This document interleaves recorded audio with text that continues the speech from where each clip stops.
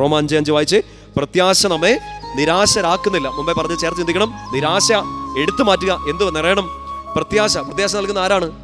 പരിശുദ്ധാത്മാവാണ്. കൂടെ എന്തുകൂടെ കിട്ടും? വായിച്ചേ. പ്രത്യാശ നമ്മെ നിരാശരാക്കുന്നില്ല, കാരണം നമുക്ക് നൽകപ്പെട്ടിരിക്കുന്ന പരിശുദ്ധാത്മാവിലൂടെ ദൈവത്തിന്റെ സ്നേഹം നമ്മുടെ ഹൃദയങ്ങളിലേക്ക് ചൊരിയപ്പെട്ടിരിക്കുന്നു.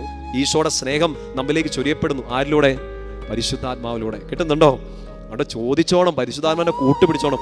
ഈശോ പോലും അത്രയും ഫോക്കസ് ചെയ്തുകൊണ്ട് പറഞ്ഞു. അതുകൊണ്ടല്ലേ നിങ്ങൾ പരിശുദ്ധാത്മാവിനെ സ്വീകരിക്കണം. ഉന്നതത്തിൽ നീ ശക്തി സ്വീകരിക്കുന്നവരെ നിങ്ങൾ കാത്തിരിക്കണം.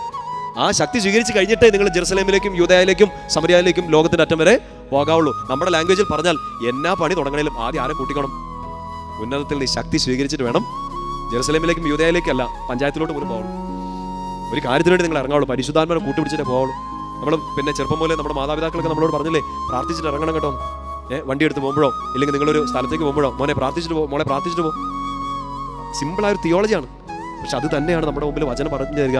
പരിശുദ്ധാത്മാവിനെ കിട്ടിക്കഴിഞ്ഞിട്ടേ നിങ്ങൾ എന്തിനും പോകാവുള്ളൂ. ഒരു തീരുമാനം നിങ്ങളുടെ കുടുംബത്തിന് വേണ്ടി നിങ്ങൾ എടുക്കുമ്പോൾ പരിശുദ്ധാത്മാവിനെ കൂട്ടുപിടിച്ചിട്ടേ പോയി തീരുമാനം എടുക്കാവുള്ളൂ. ദൈവേഷ്ടം അറിയണമെങ്കിൽ ആര് വേണം?